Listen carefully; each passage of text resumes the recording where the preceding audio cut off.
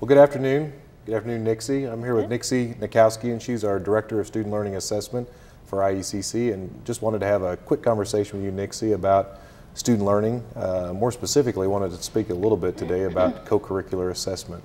That's something that Illinois Eastern Community College has taken the lead on and has done a great job with, and it's been a long process.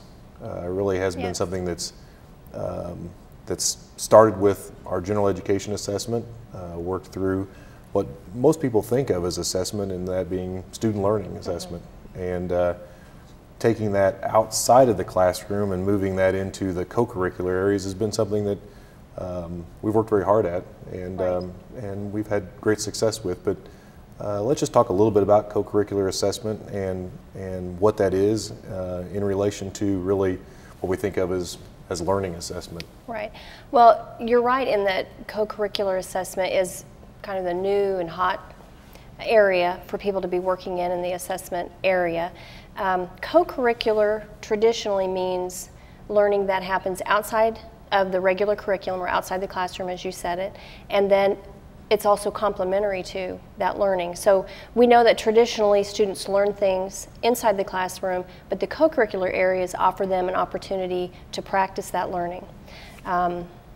Co-curricular learning for us started back in, I should say co-curricular assessment, started back in 2007 when we started the Students First project with the Higher Learning Commission's Assessment Academy.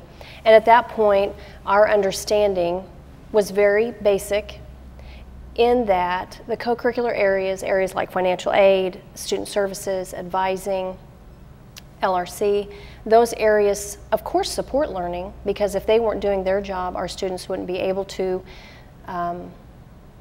be in class, because they wouldn't be enrolled, they wouldn't have financial aid, and all the things that support services provide. But we have grown in our learning of what co-curricular assessment should be about, and that is that in the co-curricular areas, we facilitate learning, we support learning, and we produce it. Some areas might find that they hit one of those particular areas. They may feel like they only facilitate it. They provide a learning environment that's good for the students, and it facilitates what the instructors are trying to do in the classroom. Other areas might feel like they support it. Let me jump in, and can you give me some examples of maybe some areas that you would say these are good examples of support areas for student learning? The produce student learning, a lot of times those are easy for us. We think of the classroom setting itself as the producing, giving out the knowledge and producing the learning for students. But what's a good example of somebody that is a support function for student learning? Areas such as financial aid, learning resource center, Learning Skills Center, those areas are classic examples because they support what the students are trying to do in the classroom. They provide tools, resources, personnel that can help them carry out assignments, what they're trying to do according to what the instructor wants them to do. So those are classic examples of that type of support. But I would challenge the idea that producing learning or synthesizing learning is traditionally in the classroom. That's how we think of it. Right. But what we need to do is try to get our co-curricular areas, those staff members, to think of themselves also as providing learning opportunities. Co-curricular areas support our mission. What they do supports the values that we have stated under our mission, such as honor, truth, responsibility, things like that. But they also support our general education outcomes. IECC has 5 general education outcomes, and those outcomes deal specifically with reading comprehension, writing, speaking, oral presentations, problem solving using critical thinking or quantitative reasoning, and then lifelong learning, responsible citizens in a culturally diversified community. So co-curricular areas really need to ask themselves, what does my area, how does my area promote learning of those particular items?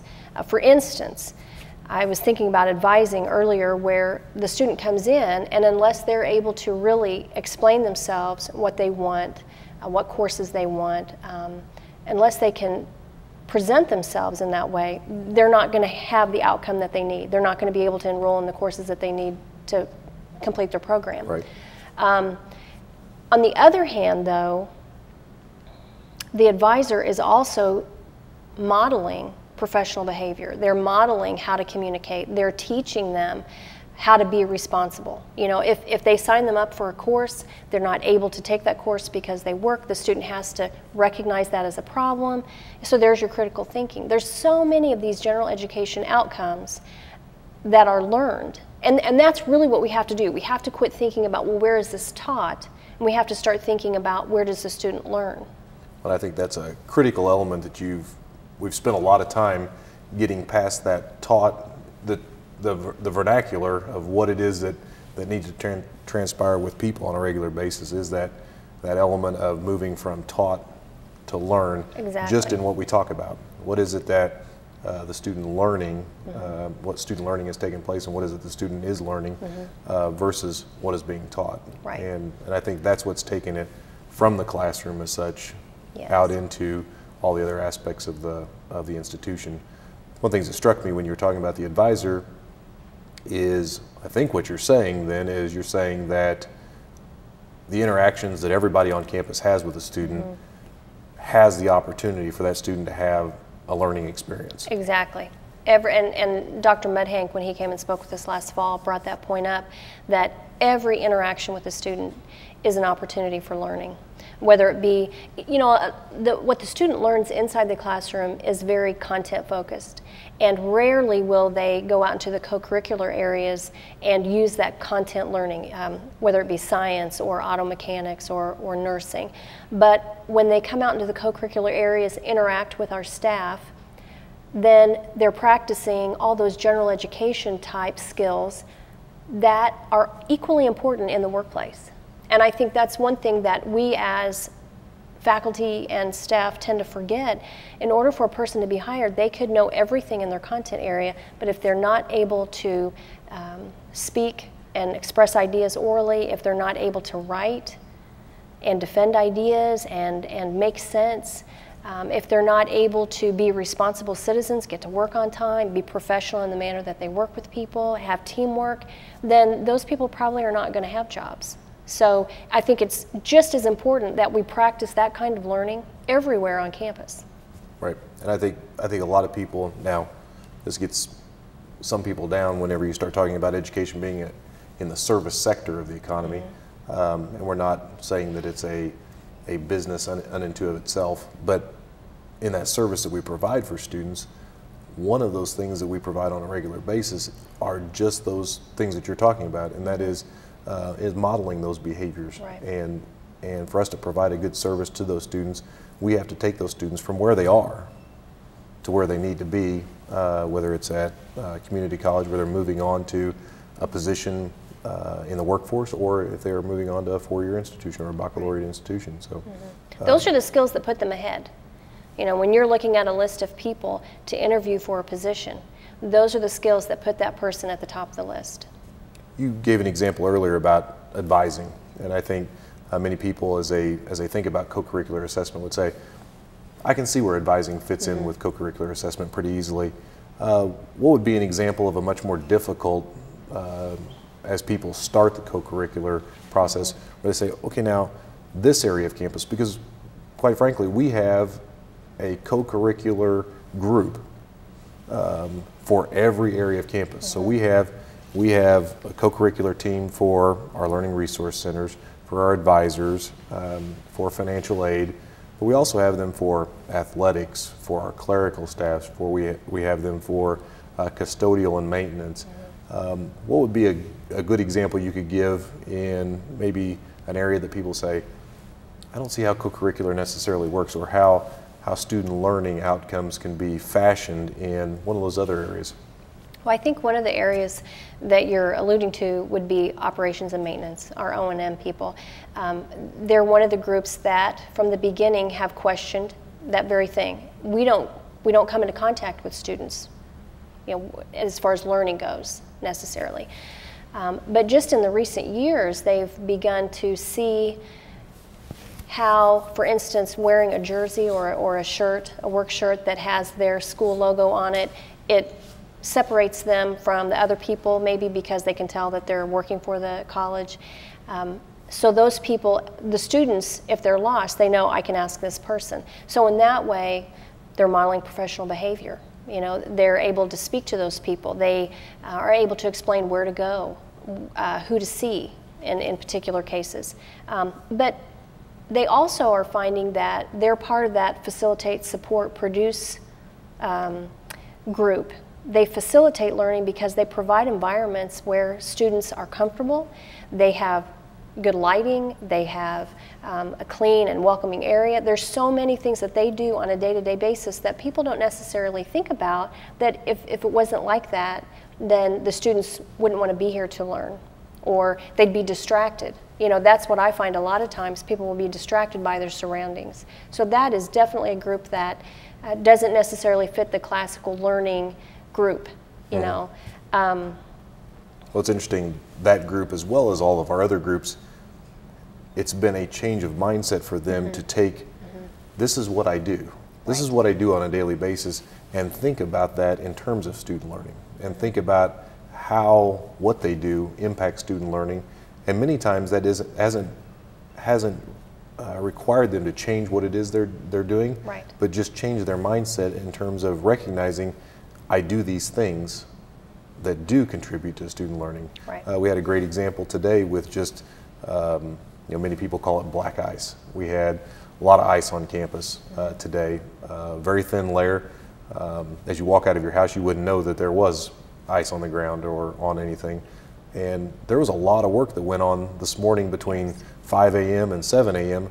to have things ready so that not only the students would be safe in this environment, but the faculty and staff would be as well. The college doesn't function well when the faculty don't show up, when the staff don't show up or can't, or don't feel safe in showing up. And so there was a lot of work that produced a lot of student learning today. That people would say, well, that's what I do. That's my job. Well, and the thing that, with your example of the black ice in the parking lots, the first thing people will notice when they come to an institution, establishment, a building, is all the things that are wrong with why I couldn't get in, or what I saw when I came in, or you know, the sidewalks weren't cleared or whatever. And so by coming in early and providing safety in that way, they're modeling responsibility. And I think there's so much accountability in not only doing our job, but doing it in a way that, like you said, allows for the production of learning, that it supports the whole system. How are we contributing to excellence? Right. And I think a question that we've asked over and over again is, or had people ask, is how are they contributing to the success of a student? And you alluded to earlier that this has been a long process for us. And for us to sit here and say, we started it and everybody jumped on board and said, oh, I've got this. That wasn't the case. And we didn't start with grandiose goals within each of the groups. Many of the groups set forth pretty basic goals just to begin the process of understanding and beginning to ask themselves the question on a regular basis, how it is that we're contributing to student success. What are some goals that stand out in your mind as some beginning, some areas on campus where we did some planning, and many of those I think, you know, from my memory, were just getting a grasp of what it is that we do. Learning Resource Center as an example, some of the things that, you know, they were taking a look at just who it is that they serve, when they serve them. That's an excellent example. And that was one of those that for them was very meaningful to be able to be perfectly staffed at the right times, and just being able to shift their workforce to say, these are our peak periods. And up to that point, we had kind of the same staffing all throughout the day, you know, except for lunch hours. And the thing is, that's an excellent example of where we're looking at efficiency of function. And those things are important. Of course we need to have a good number of staff to help the number of students that are coming in for help. So that's an excellent example of where we started. And we've moved to where we looked at efficiency, and then we started to look at effectiveness. Are they happy with the services? Do the students, are we providing what they need? And I think finally, we're beginning to get into the area of, are we effective enough at our function that we're promoting learning, that we're helping the students learn what they're needing to learn inside and outside of the classroom? With the LRC, one area that they started to get into, and I think they've developed even further, but they started to look at information literacy and technology literacy. Do our students know how to search for information? We think that we're living in such a tech-savvy world, or we have such a tech-savvy generation now that's in college, and I'm not sure they are. And so the LRC directors in particular started running orientations to where they would teach the students how to search, why to search, when to search, where to search, which is even more important. And so we're beginning to see how their information literacy has grown.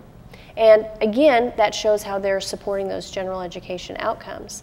You know, it has been a long journey. And I think the most important thing that we ever did was we just got started. Co-curricular assessment is new. You don't find a lot of best practices online. When you do searches or when you go to meetings, a lot of institutions are exactly where we're at. They're developing their assessment plans on their own. They're learning about it themselves at their own rate. And on one hand, at times it's been a little frustrating because we are a part of the Assessment Academy.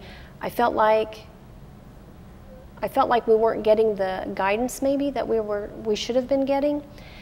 But the more I think about it, there's not a manual out there for assessment because we're all unique. Every institution in the nation is unique, and so therefore we have to discover and develop on our own. And you know, Dr. Mudhank, a visiting scholar and consultant from HLC, has met with us a couple times, and he's been such a great help, but in the same way, he has been only a guide to help us to see the differences between facilitation, supporting, and producing. And that's been the biggest help, that we've had staff and faculty who have been willing to think and work and try things that didn't necessarily feel comfortable. Mm-hmm. You know, nobody likes to plan on something not knowing if it's going to work, if it's going to bring about the right information so you can make improvements. And that's what has to happen. You have to work at gathering information so that you can improve. And that's where we're at.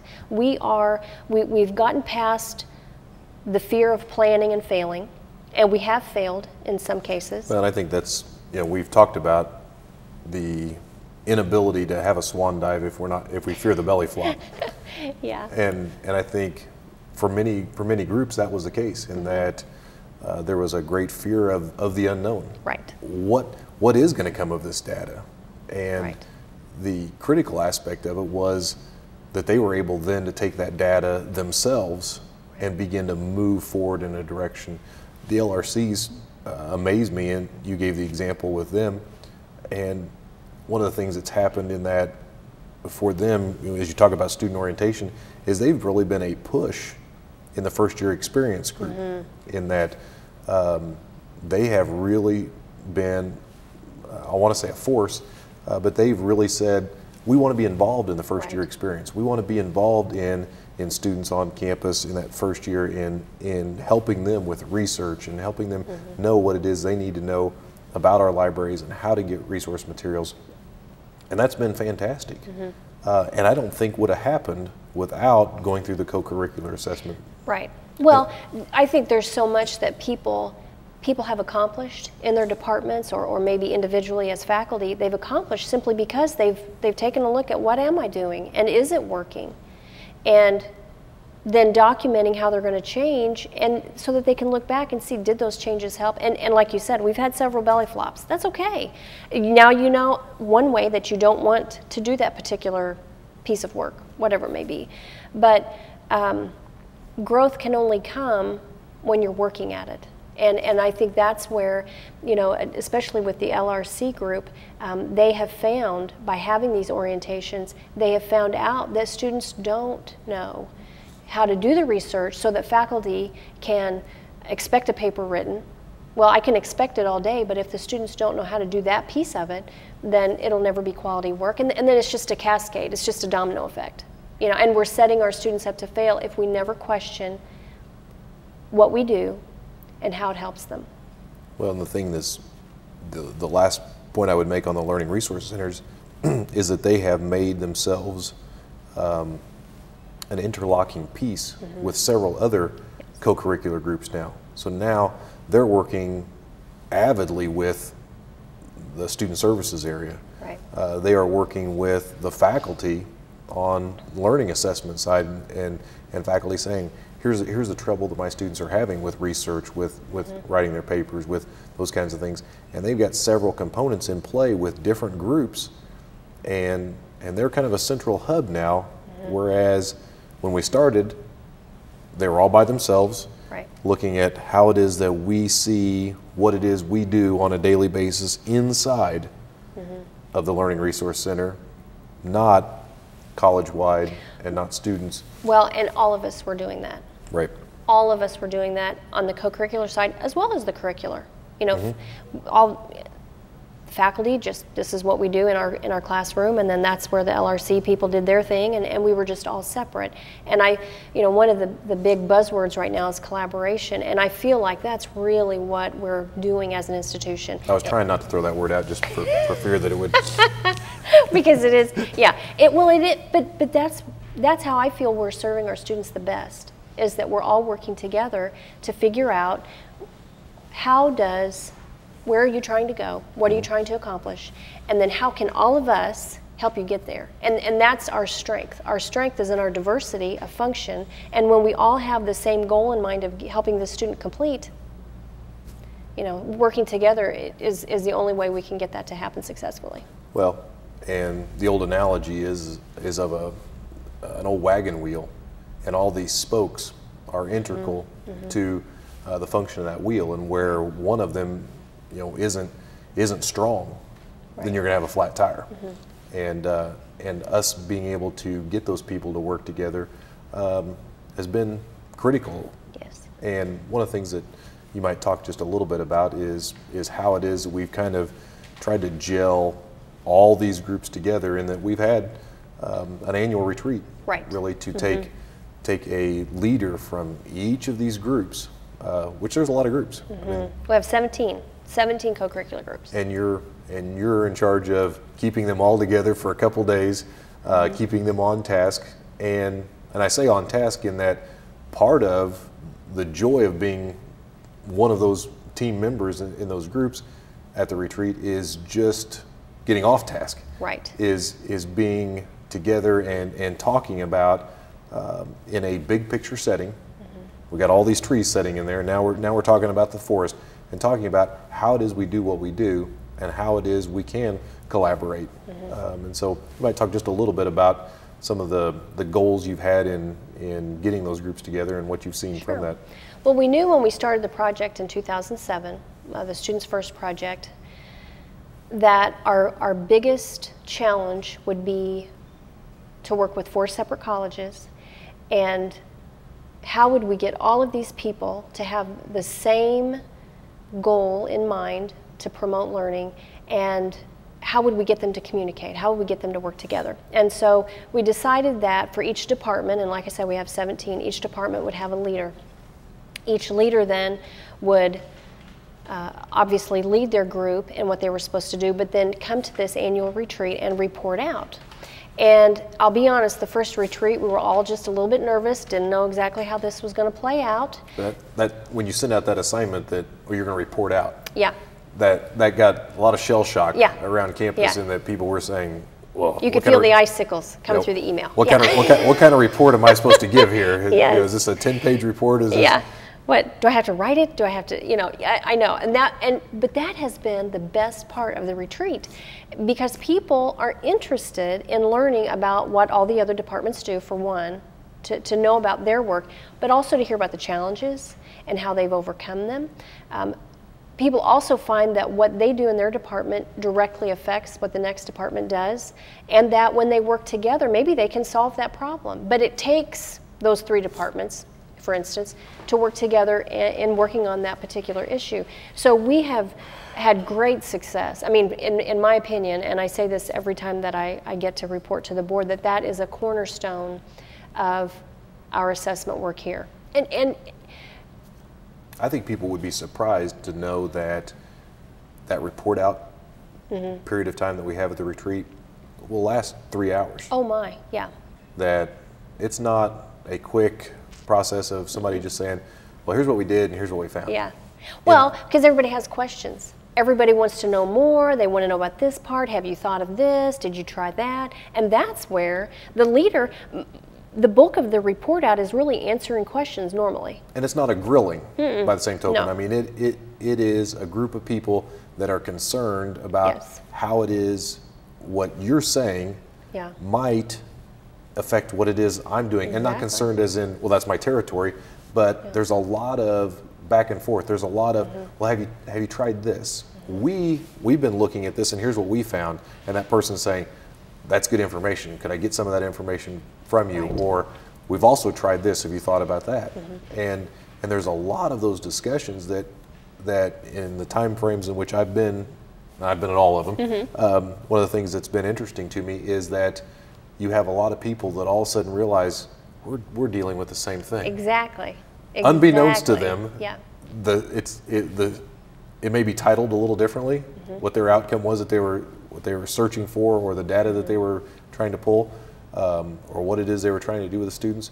But ultimately, they're working on something very similar. And so when we talked about the Learning Resource Center, us coming together with student services on a first-year experience and the faculty, there's a lot of these groups that are starting to Migrate towards the same thing. They are. Yes.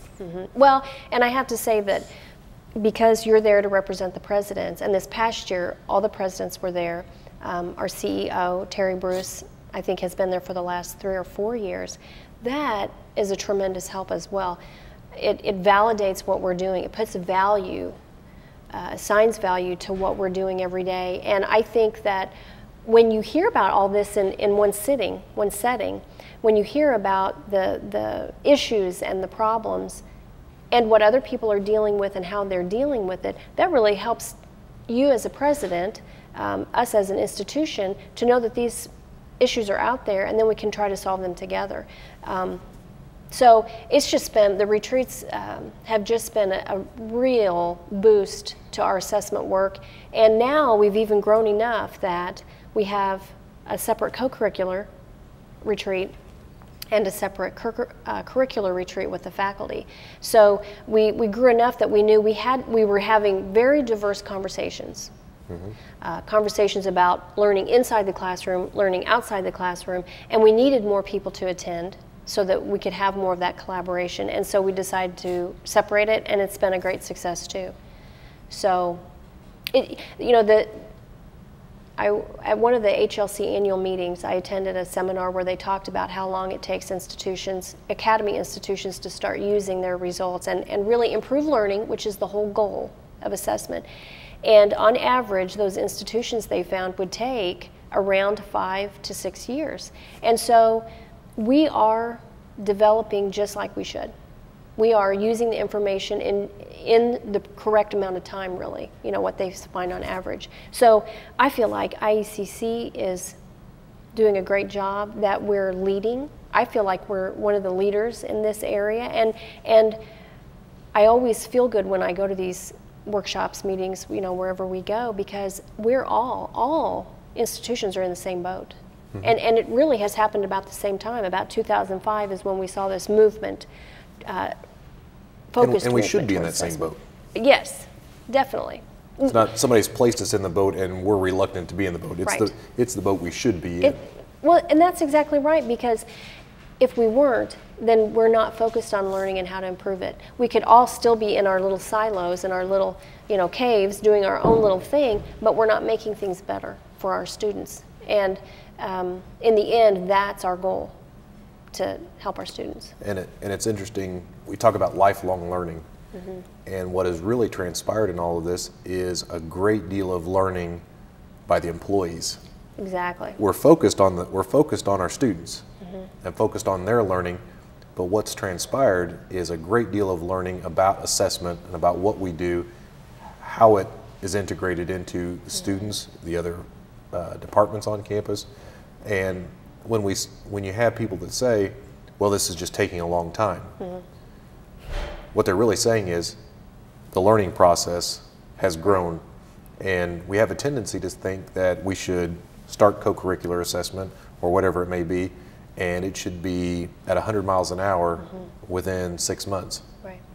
And what that fails to take into consideration is the learning process that comes along, and with that comes a much richer picture of what it is that we do and how it is that we can affect student learning. Well, and you know, too, people forget, or maybe they don't consider the fact that we're not dealing with a static group of people on the student side. I mean, we're always dealing with new students, different problems, unique situations. We have new hires. This is a constantly changing environment. And so with that then comes a little more time that we have to learn about it, put it into practice. You know, you can't take data on one group of people and say, well, this is how it is. You can't do that.